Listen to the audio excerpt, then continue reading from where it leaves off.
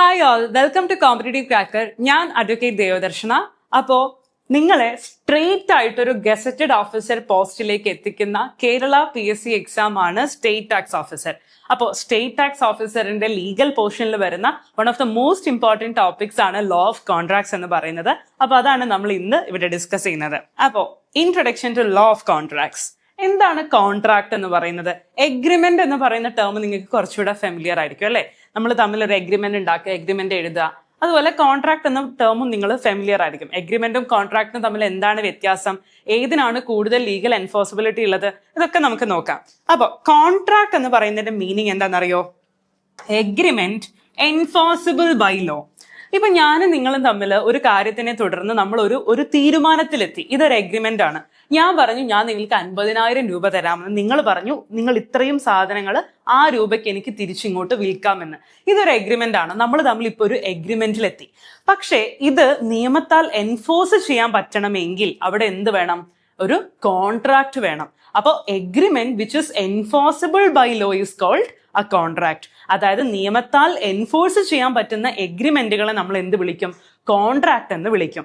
Okay, എന്താണ് നമ്മൾ ഈ എൻഫോഴ്സിബിൾ ആവുന്നത്, എൻഫോഴ്സിബിൾ അല്ലാത്തത് എന്നൊക്കെ നമ്മൾ പറയാനുള്ള റീസൺ എന്താണ്? ഇപ്പോ നമ്മൾ തമ്മിൽ ഒരു തീരുമാനത്തിലെത്തി, പക്ഷെ ഞാൻ ആ തീരുമാനത്തിനോട് നീതി പാലിക്കുന്നില്ല, അഥവാ ഞാൻ പറഞ്ഞ പോലെ ഞാൻ ആ പൈസ തരുന്നില്ല. അപ്പൊ നിങ്ങൾ എന്ത് ചെയ്യും?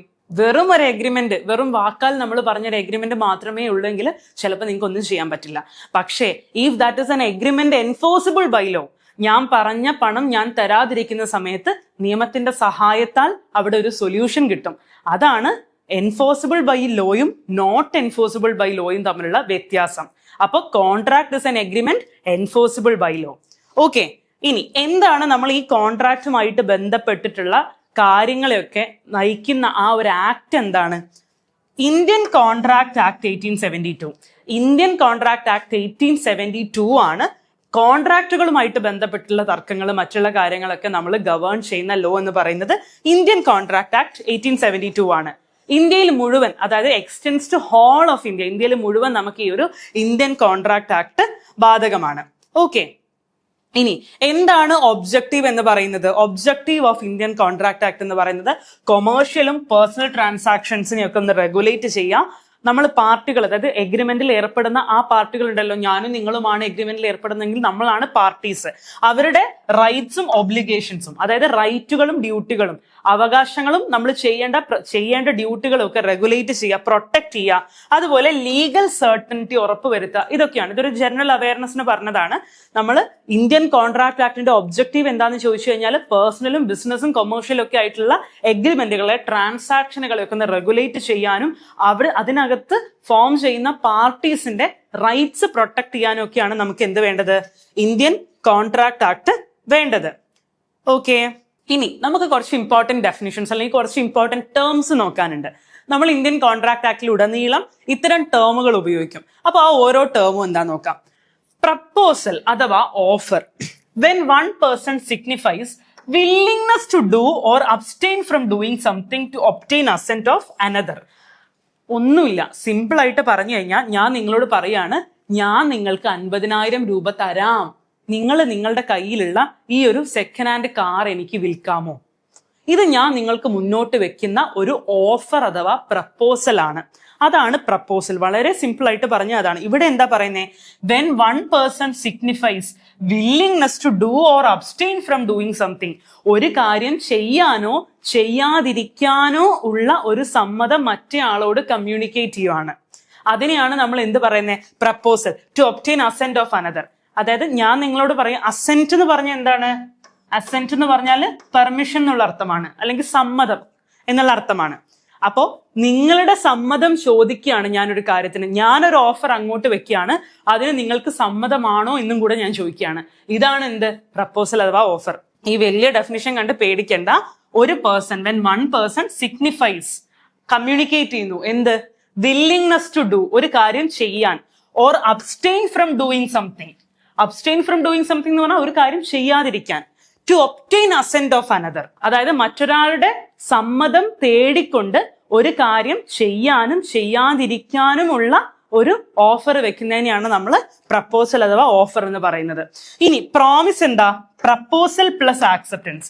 ഞാൻ നിങ്ങളോട് പറഞ്ഞു 50,000 രൂപ ഞാൻ തരാം, നിങ്ങൾ നിങ്ങളുടെ കയ്യിലുള്ള സെക്കൻഡ് ഹാൻഡ് കാർ വിൽക്കുമോ എന്ന് ഞാൻ നിങ്ങളോട് ചോദിച്ചതാണ് പ്രപ്പോസൽ അഥവാ ഓഫർ. നിങ്ങൾ അവിടെ ആ ഒരു ഓഫർ ആക്സെപ്റ്റ് ചെയ്ത് കഴിഞ്ഞാൽ അതെന്തായി മാറി? പ്രോമിസ് ആയിട്ട് മാറി. ഞാൻ നിങ്ങൾക്ക് മുന്നോട്ട് വെച്ചത് ഓഫറാണ്. ആ ഓഫറിന്റെ കൂടെ ആക്സെപ്റ്റൻസും കൂടെ ചേരുമ്പോൾ അത് എന്തായിട്ട് മാറി? പ്രോമിസ് ആയിട്ട് മാറി. ഓക്കെ, ഇനി പ്രോമിസർ ആരാണ്? അതായത് ആരാണോ ഓഫർ മുന്നോട്ട് വെക്കുന്നത്, person making the proposal. Proposal മുന്നോട്ട് വെക്കുന്ന ആളാണ് പ്രോമിസർ. ആരാണ് പ്രോമിസി? പ്രപ്പോസല് ആക്സെപ്റ്റ് ചെയ്യുന്ന ആളാണ്. വളരെ സിമ്പിൾ ആണ്. പ്രപ്പോസൽ മുന്നോട്ട് വെക്കുന്ന ആള് പ്രോമിസർ, ആക്സെപ്റ്റ് ചെയ്യുന്ന ആള് പ്രോമിസി. ഇനി കൺസിഡറേഷൻ. എന്താണ് കൺസിഡറേഷൻ? നമ്മൾ പൈസ അല്ലെങ്കിൽ അതുപോലത്തെ വാല്യുബിൾ ആയിട്ടുള്ള എന്തെങ്കിലും ഒരു എഗ്രിമെന്റ് അല്ലെങ്കിൽ ഒരു കോൺട്രാക്ട് വാലിഡ് ആവണമെങ്കിൽ അവിടെ കൺസിഡറേഷൻ വേണം. ഞാൻ നിങ്ങളോട് 50,000 രൂപ തരാമെന്ന് പറഞ്ഞിട്ട് തിരിച്ച് നിങ്ങളുടെ കയ്യിൽ നിന്ന് എന്ത് വാങ്ങുന്നുണ്ട്? സെക്കൻഡ് ഹാൻഡ് കാറ് വാങ്ങുന്നുണ്ട്. ഇപ്പൊ നമ്മൾ രണ്ടുപേരും അങ്ങോട്ടും ഇങ്ങോട്ടും ഒരു സംഭവം കൊടുക്കുന്നില്ലേ? വാല്യൂ ഉള്ളൊരു സാധനം ഞാൻ അങ്ങോട്ട് തരുന്നു, വാല്യൂ ഉള്ളൊരു സംഭവം നിങ്ങൾ ഇങ്ങോട്ട് തരുന്നു. അതാണ് something given in return for a promise, അല്ലെ? നമ്മൾ അങ്ങോട്ട് ഒരു പ്രപ്പോസൽ, ഇങ്ങോട്ട് ആ ഒരു ട്രാൻസാക്ഷനിൽ ഒരു കൊടുക്കൽ വാങ്ങലുണ്ട്, സംതിങ് ഇൻ റിട്ടേൺ ഉണ്ട്. അതിനെയാണ് നമ്മൾ കൺസിഡറേഷൻ എന്ന് വിളിക്കുന്നത്. It can be money or something which is valuable. Okay, ഇനി എഗ്രിമെന്റ്. ഞാൻ പറഞ്ഞു every promise and set of promises forming consideration for each other. ഒന്നുമില്ല, നമ്മൾ നേരത്തെ പറഞ്ഞില്ലേ, പ്രപ്പോസല് നമ്മൾ മുന്നോട്ട് വെക്കുന്നു, അത് ആക്സെപ്റ്റ് ചെയ്യുന്നു, അപ്പൊ അത് പ്രോമിസ് ആയി. ഈ പ്രോമിസിന് എന്തും കൂടിയുണ്ട്? കൺസിഡറേഷൻ ഉണ്ട്, സംതിങ് വാല്യുബിൾ, മണി. ഇപ്പൊ ഇതെല്ലാം കൂടെ ചേർന്ന് കഴിയുമ്പോൾ അത് എന്തായി മാറി? ഇതൊരു എഗ്രിമെന്റ് ആയി മാറി. അപ്പൊ അവിടെ എന്തൊക്കെ വന്നു? പ്രപ്പോസല് വന്നു, പ്ലസ് ആക്സെപ്റ്റൻസ് വന്നു, അല്ലെ? ആക്സെപ്റ്റൻസ് വന്നു. പ്രപ്പോസൽ പ്ലസ് ആക്സെപ്റ്റൻസ് എന്തായിരുന്നു? പ്രോമിസ് ആണ്. പ്രോമിസ്. ഈ പ്രോമിസിന്റെ കൂടെ കൺസിഡറേഷൻ ആഡ് ആയി. കൺസിഡറേഷനും കൂടെ ആഡ് ആയപ്പോ അതെന്തായി മാറി? എഗ്രിമെന്റ് ആയിട്ട് മാറി. പ്രോമിസും കൺസിഡറേഷനും കൂടെ വന്നപ്പോൾ എഗ്രിമെന്റ് ആയിട്ട് മാറി. അത് ക്ലിയർ ആണെന്ന് വിചാരിക്കുന്നു. ഇനി നമ്മൾ അടുത്ത ഒരു ഇതിലേക്ക് പോണത് എഗ്രിമെന്റ് വേഴ്സസ് കോൺട്രാക്ട്. ഇവിടെയാണ് നിങ്ങൾക്ക് സംശയം ഉണ്ടാവുക. എഗ്രിമെന്റ് എന്താണ്? Every promise and every set of promises forming consideration for each other. നമ്മൾ ഇപ്പൊ പറഞ്ഞ കോൺസെപ്റ്റ് അതാണ്. എന്ത്? A agrees to sell his bike to B for ₹50,000. A ബിക്ക് 50,000 രൂപയ്ക്ക് ബൈക്ക് വിൽക്കാമെന്ന് പ്രോമിസ് ചെയ്തു. ഇതാണ് എന്ത്? ഇപ്പൊ ഇവിടെ എന്തൊക്കെ ഉണ്ട്? ഒരു പ്രോമിസ് ഉണ്ട്, ബി അത് ആക്സെപ്റ്റ് ചെയ്തിട്ടുണ്ട്, കൺസിഡറേഷൻ 50,000 രൂപയുണ്ട്. ഇതെന്താണ്? എഗ്രിമെന്റ് ആണ്. ഇനി let us go to contract. An agreement enforceable by law. നമ്മളിപ്പോ പറഞ്ഞ ആ ഒരു എഗ്രിമെന്റ് ഇല്ലേ, അതിനൊരു ലീഗൽ വാലിഡിറ്റി, അഥവാ ഈ പറഞ്ഞ കാര്യം എയോ ബിയോ ചെയ്യാതിരുന്നു കഴിഞ്ഞാൽ നിയമത്താൽ ഇത് എൻഫോഴ്സ് ചെയ്യാൻ പറ്റുമെങ്കിൽ അവിടെ എന്തുണ്ട്? ലീഗൽ എൻഫോഴ്സിബിലിറ്റിയും കൂടി ഉണ്ടെങ്കിൽ അത് കോൺട്രാക്ട് ആയി. അപ്പോ എഗ്രിമെന്റിന്റെ കൂടെ ലീഗൽ എൻഫോഴ്സിബിലിറ്റി വന്നാൽ അത് ആരായി മാറും? കോൺട്രാക്ട് ആയിട്ട് മാറും. Okay, all agreements are not contracts. കാരണം എന്താ? Only agreements which are enforceable are contracts. പക്ഷേ ഓൾ കോൺട്രാക്ട്സ് ആർ എഗ്രിമെന്റ്സ്. മറന്നു പോരുത്, all agreements are not contracts. Only agreements which are enforceable by law are contracts, but all contracts are agreements. Okay, ഇനി നമ്മൾ പറയുന്നത് essentials of a valid contract. അതായത് ഒരു contract valid ആവണമെങ്കിൽ എന്തൊക്കെ essentials ആണ് അവിടെ വേണ്ടത്? ആദ്യത്തേത് ലോഫുൾ ഓഫർ ആൻഡ് ആക്സെപ്റ്റൻസ് വേണം. ഒരു പ്രപ്പോസൽ അഥവാ ഒരു ഓഫർ മുന്നോട്ട് വെക്കണം, അത് ആക്സെപ്റ്റ് ചെയ്യണം. അപ്പൊ ഓഫർ, ആക്സെപ്റ്റൻസ്. ഇനി intention to create legal relationship.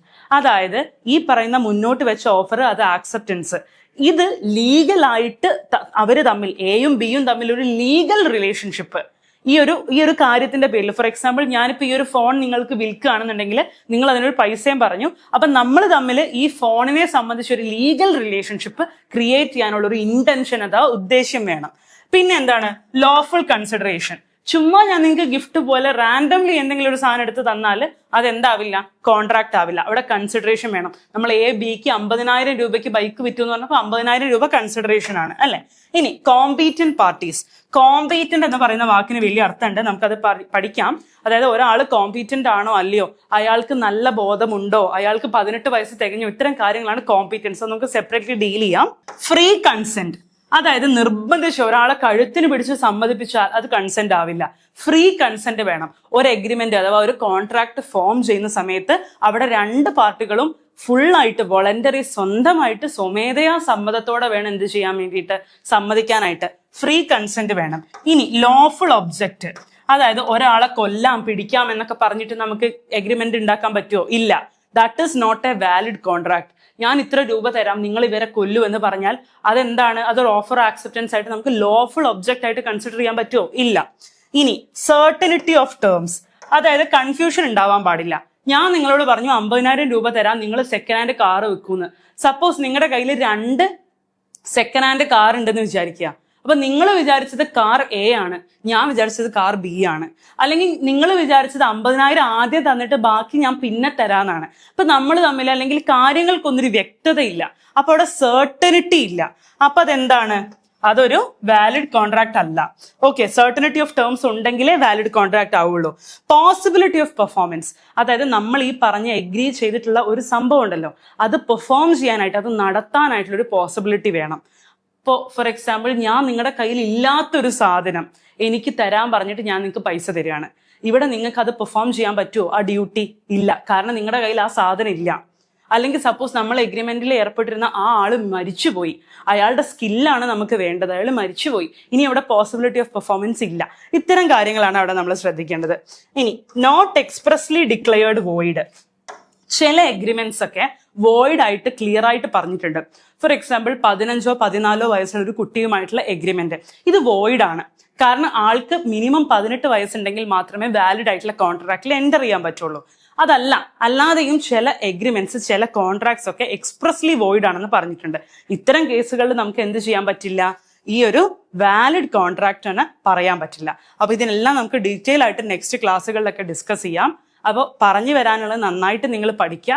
അതുപോലെ തന്നെ സ്റ്റേറ്റ് ടാക്സ് ഓഫീസറിന് നമ്മുടെ നെക്സ്റ്റ് ബാച്ചിൽ നിങ്ങൾ ജോയിൻ ചെയ്യുക. ഇതൊരു ഗോൾഡൻ ചാൻസ് ആണ്. ബിക്കോസ് നമ്മുടെ സ്റ്റേറ്റ് ടാക്സ് ഓഫീസർ എന്ന് പറയുന്നത് ഡയറക്റ്റ് ആയിട്ട് ഞാൻ നേരത്തെ പറഞ്ഞ പോലെ ഒരു ഗസറ്റഡ് ഓഫീസർ പോസ്റ്റിലേക്ക് കേരള PSC വഴിയുള്ള നിയമനമാണ്. അത് കുറച്ചുകൂടെ പ്രോംപ്റ്റ് ആണ്, കാര്യങ്ങൾ പെട്ടെന്ന് മൂവ് ചെയ്യുന്ന ഒരു എക്സാമും കൂടിയാണ്. അപ്പോൾ അതിനകത്ത് ലീഗൽ അതുപോലെ കൊമേഴ്സ് ബാക്ക്ഗ്രൗണ്ടിലുള്ളവർക്കൊക്കെയാണ് അവിടെ മുൻഗണന കൊടുക്കുന്നത്. അപ്പോൾ നിങ്ങൾ കൃത്യമായിട്ട് പഠിക്കുക, നന്നായിട്ട് എക്സാം എഴുതുക. ഓക്കെ.